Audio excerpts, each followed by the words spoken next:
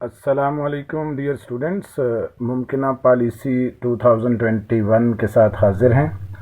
آپ کو بتا دیں کہ اگر کوئی اسٹوڈنٹ ایک مضمون میں فیل ہو گیا سالانہ امتحان میں، تو وہ جو سپلیمنٹری ایگزام ہوگا یعنی اینول 2، اس میں صرف ایک ہی مضمون کا امتحان دے گا، 3 کا نہیں دے گا۔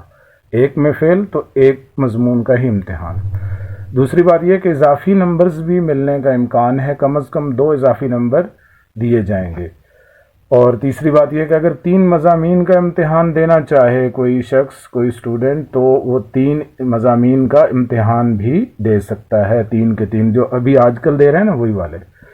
اور اگلی بات یہ ہے کہ جو امپروو کرنے والے ہیں ان کے لیے بھی موقع ہے اس میں، لیکن دوبارہ انہیں فیس جمع کرانا ہوگی۔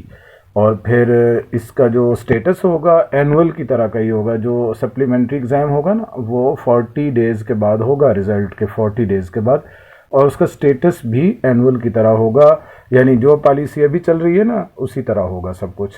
1 نمبر ہی کٹے گا، یاد رکھیں، جب اگر ایک غلطی ہوئی تو 1 نمبر ہی کٹے گا، 4 نہیں کٹیں گے۔ کئی بچے سمجھ رہے ہیں کہ 4 نمبر کٹیں گے۔